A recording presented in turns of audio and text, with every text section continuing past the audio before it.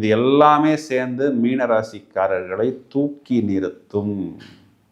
அப்போது அந்த சீக்ரெட் ஃபார்முலாவை பிடித்தால் நீங்கள் கண்டிப்பாக ஜெயித்து விடலாம். மகர ராசிக்காரர்கள் தொடர்ச்சியாக முருகன் வழிபாடு செய்வது, அதுவும் தவிர வியாழக்கிழமைகளில் பௌர்ணமி திதிகளில் சித்தர் வழிபாடு, ஜீவசமாதி வழிபாடு எல்லாம் இவர்களுக்கு நல்ல ஒரு மேன்மையை ஏற்படுத்தி கொடுக்கும். பூரட்டாதி நட்சத்திரத்தில் நீங்கள் பிறந்திருந்தால் சாட்டனுடைய உத்திரட்டாதி, பூசம், அனுஷம் உங்களுக்கு சம்பத்து தாரை.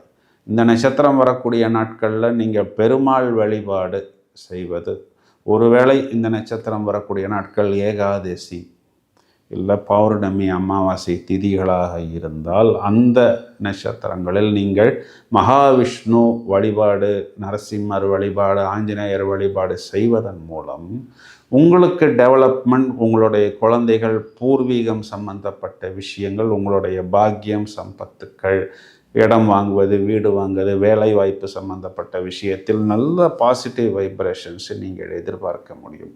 நீங்கள் உத்திரட்டாதி நட்சத்திரமாக இருந்தால் உங்களுக்கு ரேவதி, ஆயில்யம், அதே மாதிரி கேட்டை, சம்பத் தாரை, இந்த நட்சத்திரத்தை நீங்கள் ஆக்டிவேட் செய்யணும்னா மகாவிஷ்ணு வழிபாடு இந்த நட்சத்திரம் வரக்கூடிய தினங்கள், ஒருவேளை புதன்கிழமை, ஏகாதசி, பௌர்ணமி திதிகளாக இருந்தால்